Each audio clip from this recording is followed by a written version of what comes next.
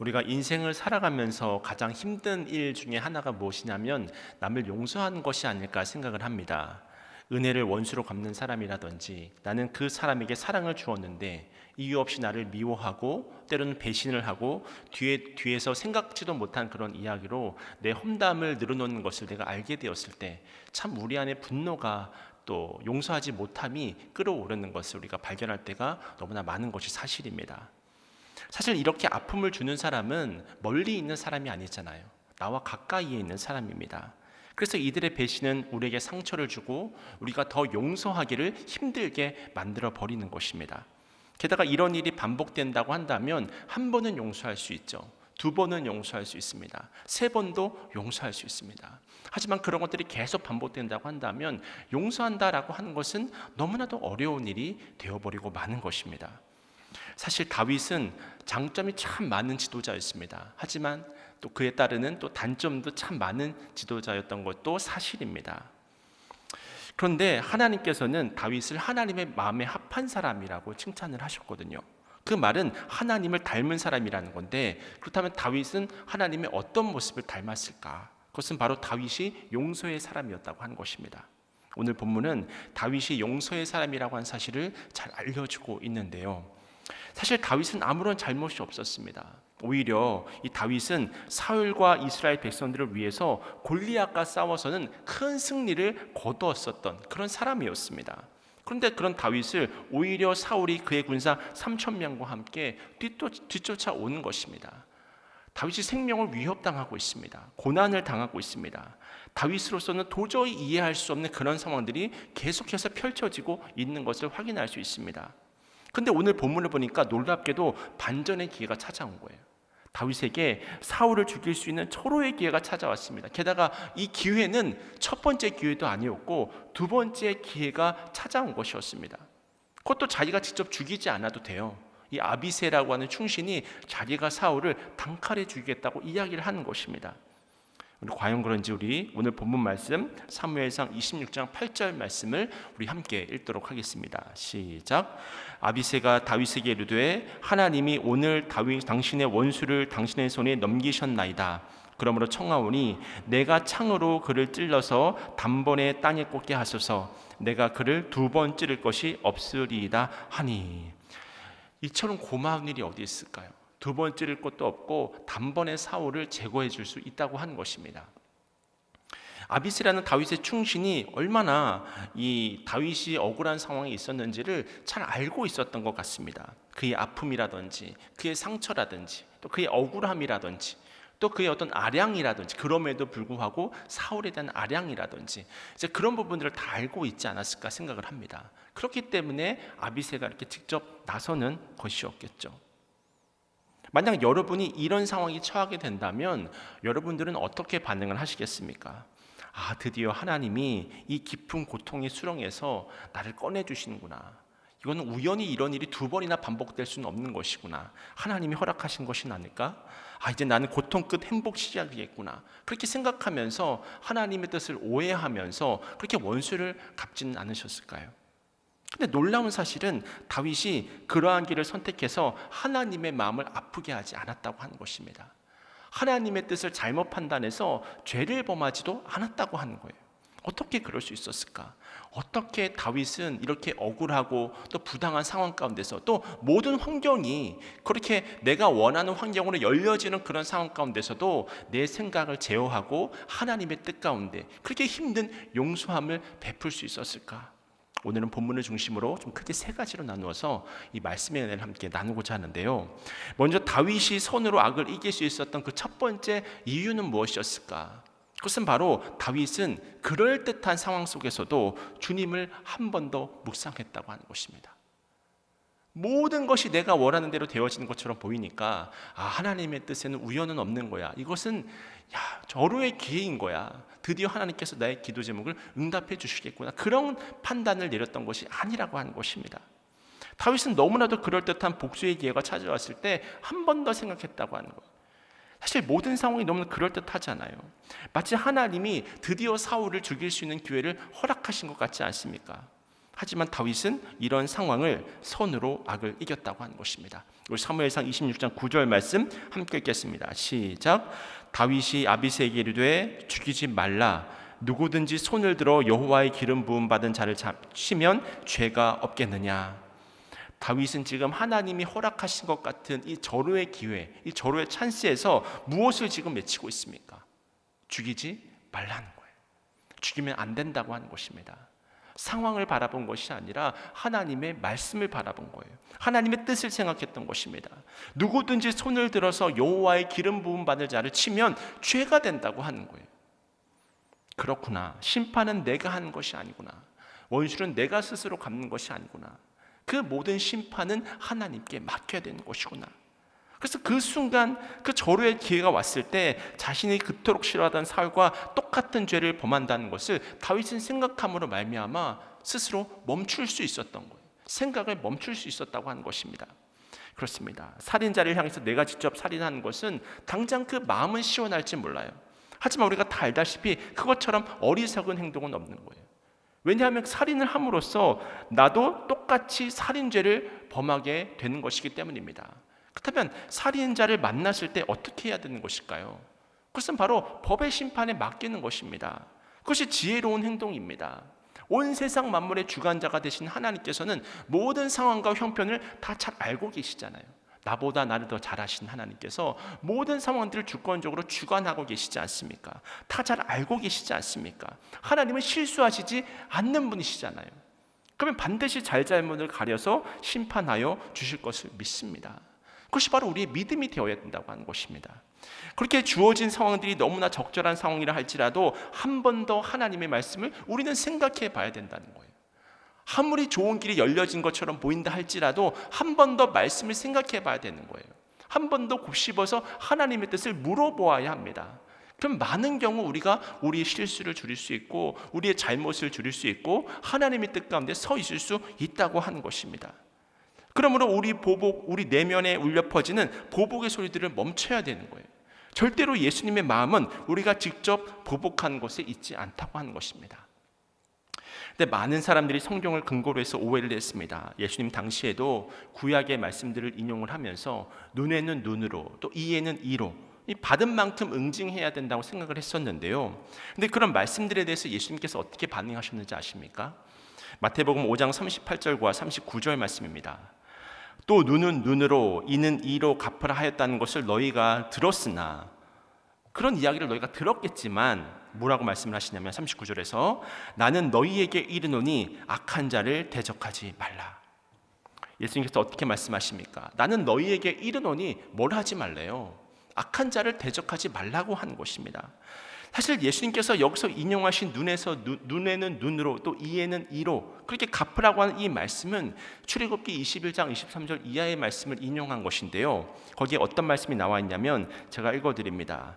출애굽기 21장 23절부터 25절까지의 말씀입니다.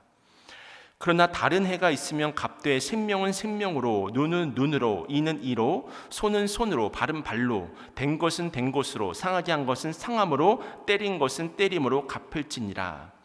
우리가 이 말씀만 보게 되면 그대로 보복을 행하라고 하는 것처럼 이해할 수 있잖아요. 그런데 사실 이 말씀의 이해는 예수님 당시에도 그랬고 오늘을 살아가는 많은 사람들이 이 구절만 가지고 하나님께서는 구약에서는 복수를 허용하셨다고 오해를 하는 것입니다. 근데 그렇지가 않다고 하는 거예요.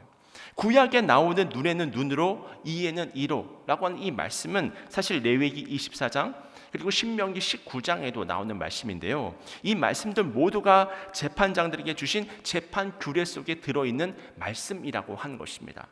그러니까 눈에는 눈으로 이에는 이로라고 하는 이 말씀은 개인에게 주신 말씀이 아닙니다. 이것은 재판할 때 재판장들이 공평의 원리를 가지고 하나님께서 주신 그 원리를 가지고 재판할 수 있도록 억울한 사람이 생기지 않을 수 있도록 그렇게 허용하셨다고 하는 것입니다. 피해당한 당사자 쪽이 너무 억울하도록 가벼운 판결을 내려서도 안 되고 또 반대로 가해자 쪽에서 또 지나친 형벌을 내려서 가해자가 억울한 일을 당하지 않도록 적절하게 균형을 가지고 재판을 하라고 하나님께서 주신 말씀이라고 하는 것입니다. 절대로 개인에게 주신 말씀이 아니라고 하는 거예요. 근데 이런 하나님의 말씀을 가지고 예수님 당시 이스라엘 사람들은 개인적인 보복 행위를 하는 데 있어서 이 말씀을 인용을 했습니다. 이처럼 하나님 앞에서 하나님의 이름으로 범죄를 저지르는 것처럼 뻔뻔하고 또 파렴치한 것이 어디 있을까요? 이것을 알고 있던 다윗은 그럴듯해 보이는 상황에서 사울을 죽이지 말라고 명령했던 것입니다. 하나님의 말씀에 순종하여 아비새가 말했던 그 보복의 소리들을 거절했던 거예요. 그리고 이어지는 10절 말씀을 보시면 다윗이 또 이르되 여호와께서 살아계심을 두고 맹세하노니 여호와께서 그를 치시리니 혹은 죽을 날이 이르거나 또는 전장에 나가서 망하리라. 10절에서 원수 사울을 하나님께서 어떻게 하실 것이라고 이야기를 하고 있습니까?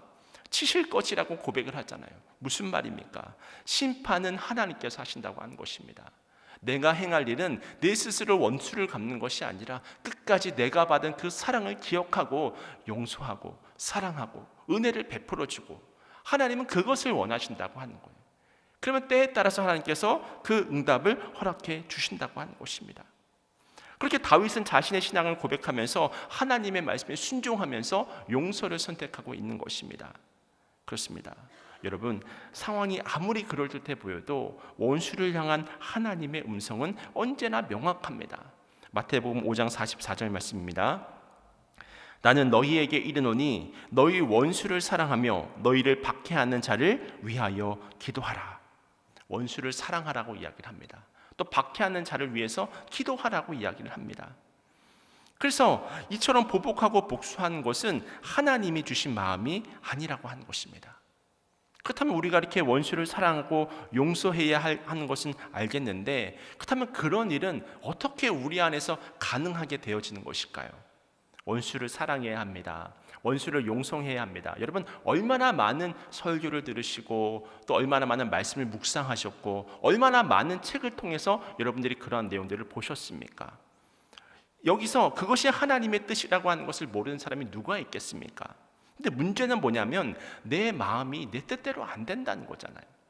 그 용서의 마음이 내 마음대로 되지 않는 것이 문제가 아니겠습니까? 그렇다면 우리는 어떻게 사랑을 실천할 수 있을까? 그 방법은 바로 우리의 삶의 주인이 바뀌어야 한다는 것입니다. 그것이 바로 다윗이 두 번째로 선으로 악을 이길 수 있었던 이유였다고 하는 것입니다. 사무엘상 26장 11절 말씀인데요, 우리 다 함께 한 목소리로 읽겠습니다. 시작. 내가 손을 들어 여호와의 기름 부음 받은 자를 치는 것을 여호와께서 금하시나니 너는 그의 머리 곁에 있는 창과 물병만 가지고 가자 하고. 여러분, 11절에서 다윗은 어떻게 말하고 있습니까? 보복할 수 있는 그럴듯한 상황이 펼쳐진 것처럼 보이지만 여호와께서 하나님의 기름 부음 받은 자를 치는 것을 금한다고 이야기를 하잖아요. 내 마음은 사울을 아비새의 말대로 처리하고 싶은 거예요. 끝장내고 싶은 거예요. 이젠 더 이상 고통 가운데 도망자의 신세가 되기는 싫은 거예요. 하지만 누가 하지 말라고 명하시는 것입니까? 하나님이 하지 말라고 명하신다고 하는 거예요. 이것을 통해 우리는 무엇을 알 수 있습니까? 다윗은 지금 하나님의 말씀에 순종을 하고 있는 거예요. 자기의 본성과는 거슬러서, 자신의 어떤 육신의 어떤 정욕과는 거슬러서 하나님의 말씀에 순종하고 있는 다윗의 모습을 볼 수 있다고 하는 것입니다. 순종은 여러분 언제 가능한 것일까요? 말씀의 지배를 받을 때 가능합니다. 순종은 언제 가능한 것일까요? 인생의 주인이 바뀔 때 가능한 거예요. 온 천지 만물을 주관하신 하나님께서 내 생각과 내 방법은 최선의 길이 아니라 하나님의 방법만이 최선이라고 하는 것을 믿는 사람만이 하나님의 뜻에 순종할 수 있는 것입니다. 하나님께 내 인생을 의탁할 수 있는 것입니다. 맡길 수 있는 것입니다. 돌봄을 의뢰할 수 있다고 하는 것입니다. 이렇게 삶의 주인이 바뀌어서 하나님께 순종할 수 있을 때 우리는 부당한 상황 속에서도 선을 행하는 사람이 될 수 있다고 하는 거예요. 이렇게 순종하지 못하고 나에게 부당하게 대하는 사람을 미워하여 눈에는 눈으로 늘 다른 사람을 증오하는 삶을 살다 보면 여러분은 평생 남을 원망하고 용서하지 못하고 또 그로 인해서 내 안에 화병이 일어나고 늘 그렇게 불안한 삶을 살아갈 수밖에 없다고 하는 것입니다. 왜냐하면 죄인인 인간은 계속해서 이 미워할 사람을 찾아다니기 때문입니다.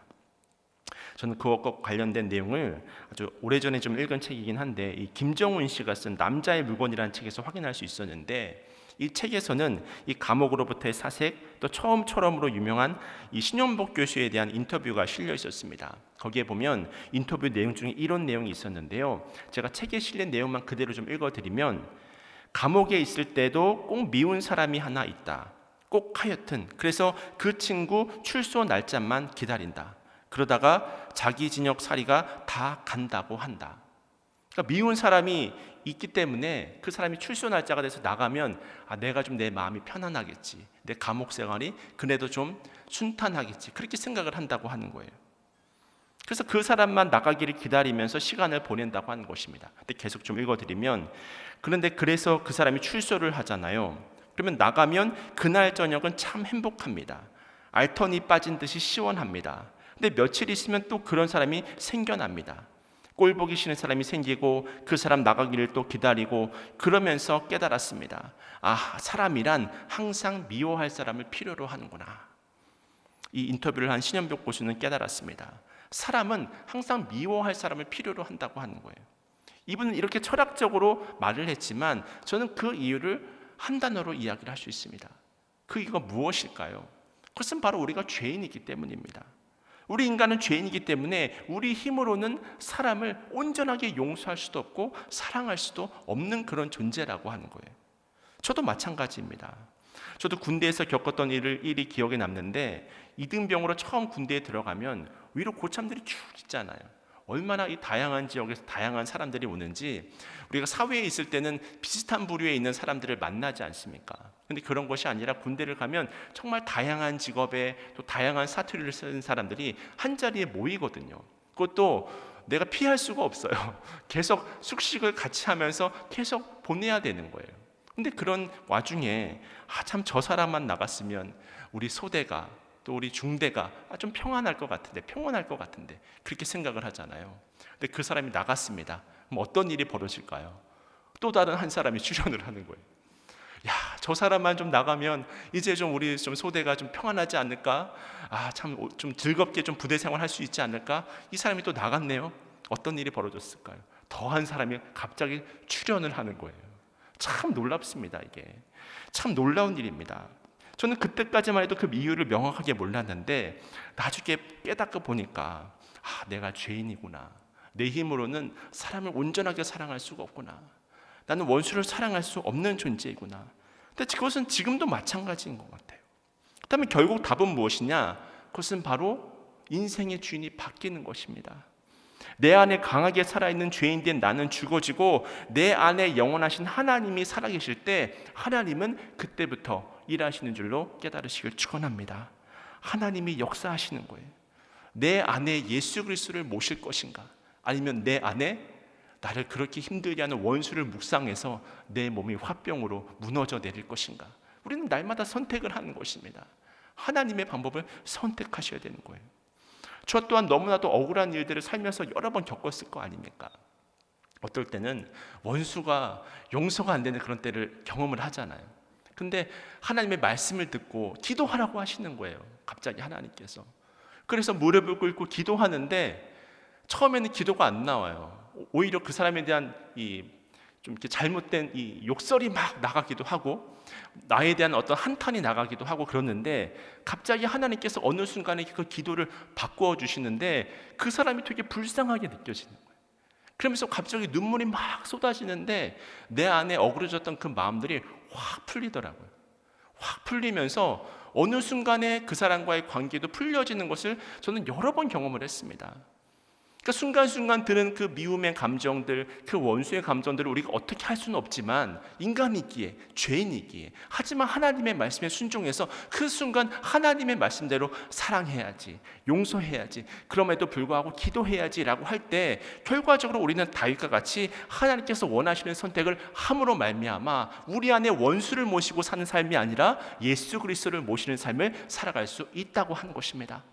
그리고 그랬을 때 그것은 그 하나의 사건 하나로 끝나는 것이 아니라 우리의 다른 삶의 모든 영역에 있어서 하나님의 주되심을 인정하고 예수님의 다스림을 받는 그런 삶으로 나의 삶을 이끌어 가더라고요. 이것이 바로 저의 고백이라니까요. 이것이 바로 우리의 고백이 될 수 있으면 좋겠습니다. 그것이 바로 축복된 삶이라고 하는 거예요. 그렇다면 마지막으로 우리는 왜 그렇게 선으로 악을 이기는 삶을 살아야 할까? 그 이유는 우리가 용서하는 삶을 살아갈 때 하나님께서 약속하신 복이 우리에게 임하기 때문입니다. 참 놀라운 거죠. 하나님 항상 우리에게 좋은 것을 주시는 분이잖아요. 우리에게 나쁜 것을 왜 하라고 하시겠습니까? 다 이유가 있다고 하는 것입니다. 그래서 마태복음 10장을 보게 되면 예수님께서는 12제자를 전도하러 보내실 때 어느 집에 들어가든지 그 집에 들어가면 평안하기를 빌라고 그렇게 이야기를 하셨습니다. 그 집이 복을 받을 집이든지 복받지 않을 집이든지 상관하지 말고 네가 할 일은 축복이라는 거예요. 복을 빌어주라는 거예요. 잘 되길 바라라는 거예요. 그 사람이 받을 마음이 아니라 할지라도 내가 할 일은 복을 빌어주라는 거예요. 무조건 복을 빌어주라고 이야기를 하고 있습니다. 그 이유가 무엇일까? 마태복음 10장 13절 말씀입니다. 제가 읽어드립니다. 그 집이 이에 합당하면 너희 빈 평안이 거기 임할 것이요 만일 합당하지 아니하면 그 평안이 너희에게 돌아올 것이니라. 아멘. 여러분, 마태복음에서 왜 사람을 가리지 말고 항상 복을 빌어주고 축복을 하라고 이야기를 하는 것일까요? 그 첫 번째 이유는 복받을 사람에게 복을 빌면 그 사람에게 하나님의 복이 임하기 때문입니다. 두 번째 이유는 무엇이냐면 복받지 못할 사람에게 복을 빌면 그 복이 누구한테 옵니까? 말씀에서 증거하는 것은 나에게 온다는 거예요. 나에게 그 복이 임한다고 하는 거예요. 그렇기 때문에 지혜로운 사람은 부당한 상황 속에서도 선을 행하는 거예요. 나 대신 원수를 대신 갚아주실 그 심판주 하나님을 기억하면서 하나님의 인도하심을 기억하면서 항상 나에게 최선을 허락하시는 그 하나님을 인정하면서 우리가 할 일은 끝까지 사랑하는 것입니다. 끝까지 용서하는 것입니다. 끝까지 받은 은혜를 기억하면서 은혜를 베풀어주고 복을 빌어주는 거예요. 받을 은혜가 있는 사람은 그 사람도 복을 받는 것이고 받을 은혜가 없는 사람은 그 사람의 은혜와 복이 나에게 임하는 것이고 그러니 무조건 승리하는 인생이 될 수밖에 없지 않겠습니까? 그때 우리는 선으로 악을 이길 수 있는 거예요. 오늘 본문에 다윗도 이런 복을 약속받고 있는데요. 사무엘상 26장 25절 말씀입니다. 사울이 다윗에게 이르되 내 아들 다윗아 내게 복이 있을지로다. 내가 큰 일을 행하겠고 반드시 승리를 얻으리라 하니라. 다윗은 자기 길로 가고 사울은 자기 곳으로 돌아가니라. 아멘. 다윗이 자신의 목숨 대신 이 창과 물병만 가지고 갔다는 사실을 사울이 깨달은 거예요. 그때 사울의 입을 통해서 고백되는 성경의 메시지가 무엇이냐면 내 아들 다윗아 내게 무엇이 있겠다고 이야기를 합니까? 복이 있을 것이라고 이야기를 하는 거예요. 오늘 성경은 내 아들 다윗아 잘 참았다. 네가 억울한 상황 중에도 나를 바라봤구나. 이제는 내가 너에게 복을 행할 것이다. 앞으로 내가 너를 통해서 큰 일을 행할 것이고 반드시 승리를 너에게 허락해 줄 것이다. 그렇게 사울의 입을 통해서 말씀으로 약속을 해주고 있는 것이 아니겠습니까? 이 승리의 축복을 바라보며 우리는 선으로 악을 이겨야 하는 것입니다. 이 알파코스의 이 교재인 인생의 의문점들에 실려 있는 이 코리텐붐에 대한 이야기를 나누면서 좀 말씀을 정리해 보고자 하는데요. 이 코리텐붐은 네덜란드 출신의 신앙인이었습니다. 이 코리텐붐은 유대인들을 숨겨주다가 잡혀서 언니 또 아버지와 함께 나치 수용소에 갇히고 말았는데 끔찍한 고문으로 아버지와 언니 베씨는 그만 그곳에서 죽고 코리텐붐만 살아남게 된 거예요. 한 번은 독일의 한 교회에서 이 코리텐붐이 강연을 하고 있는데 강연이 끝날 무렵에 한 남자가 이 코리텐붐 여사를 찾아온 것입니다. 그래서 이 코리 여사가 누가 다가오고 있는지 얼굴을 확인해 봤더니 자신이 갇혔던 그 포로 수용소에서 가장 잔인하게 가장 악랄하게 굴었던 간수가 자신을 향해서 다가오는 거예요. 사실 그 남성은 코리 여사를 못 알아봤지만 이 코리 여사는 그 남성을 단번에 알아보았습니다. 왜냐하면 순간 벌거벗은 몸으로 수치스럽게 그 남자의 앞을 정말 치욕스럽게 지나가던 그 장면이 생각이 났었기 때문입니다. 그러니까 갑자기 그 장면이 생각나니까 오한이 밀려오고 막 분노가 그 깊은 곳에서부터 치밀어 오르는 거예요. 근데 그렇게 잔인했던 간수가 이런 말을 했습니다. 안녕하세요. 저는 크리스천이 됐습니다. 그리고 하나님께 기도하며 기회가 있을 때 피해자들을 직접 만나 용서를 구할 기회를 달라고 기도했습니다. 코리 여사, 당신이 용서를 받았으니 날 용서해 주시겠어요? 그런 말을 건넸다고 하는 것입니다. 그 순간 이 코리 여사는 자신은 용서할 수 없다고 말해버린 거예요. 왜냐하면 그 사람 때문에 언니가 죽어가며 받은 그 고통이 생각이 났기 때문입니다.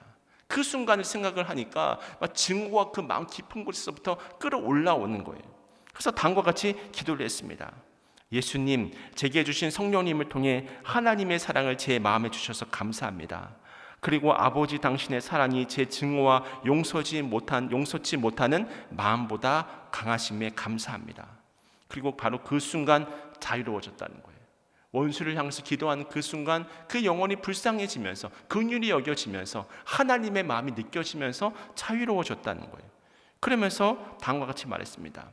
형제님 손을 주세요.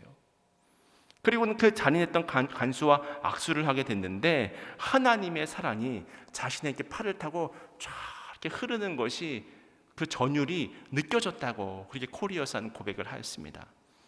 그렇다면 이 용서를 코리텐붐 여사가 스스로 용서를 베푼 것입니까? 그것이 아니라 하나님께 받은 은혜와 사랑을 힘입어서 용서할 수 있었습니다. 그때 하나님의 사랑이 자신의 팔을 타고 흐르는 것을 경험하게 되었고 그것을 통해서 자신의 마음이 자유해지는 그 억눌렸던 그 분노와 증오의 감정들이 풀려져 나는 그 복의 은혜를 경험할 수 있었다고 하는 것입니다. 이처럼 우리도 용서할 수 있을 때 하나님의 바다 같은 사랑을 경험할 수 있습니다. 우리가 먼저 용서받지 못할 죄인이었는데 하나님의 은혜로 말미암아 예수님의 십자가 그 피로 말미암아 용서받은 당사자입니다. 그리스도의 십자가는 바로 다른 사람을 위한 십자가도 되지만 바로 나를 향한 십자가입니다. 죄인 중에 괴수라고 고백했던 사도 바울의 고백처럼 우리 또한 누군가에게는 미움의 대상이 될 수 있고 우리 또한 누군가에게는 증오의 대상이 될 수 있습니다. 항상 겸손하게 하나님 앞에서 내 자신을 잘 살피고 날마다 사랑을 실천하고 용서를 실천하게 될 때 하나님의 은혜와 복이 여러분의 삶을 가득 채워 주실 줄로 믿습니다. 그때 우리의 삶은 완전히 달라질 수 있다는 거예요. 그럼 다시 한번 사무엘상 26장 25절 말씀을 기억해 보세요. 사울이 다윗에게 이르되 내 아들 다윗아 내가 복이 있을지로다. 내가 큰 일을 행하겠고 반드시 승리를 얻으리라. 할렐루야. 이것은 바로 하나님의 약속의 말씀입니다. 사울을 통해서 전해지는 하나님의 응답입니다. 바라기는 여러분, 우리 안에 그 내면에 울려 퍼지는 그 모든 보복의 소리들을 거절하시기를 바랍니다. 이 문제 하나만으로 끝나는 것이 아닙니다. 우리가 이것을 순종하고 하나님의 뜻 가운데 나아갈 수 있을 때 다른 모든 문제도, 물질의 문제도, 또 다른 관계의 문제도, 우리의 비전의 문제도 하나님께 순종하는 그런 과정이 되어지는 거예요. 우리의 신앙생활은 과정의 신앙생활이거든요. 완성을 향해 나아가는, 성령의 충만함을 통해서 완성을 향해 나가는 성화의 그런 방향성을 가지고 나아가는 것이거든요. 십자가의 길을 향해, 구원의 여정을 향해 나가는 그 길에 하나님이 우리와 함께 하십니다. 우리 힘으로 할 수 없는 것을 하나님은 이미 다 하십니다.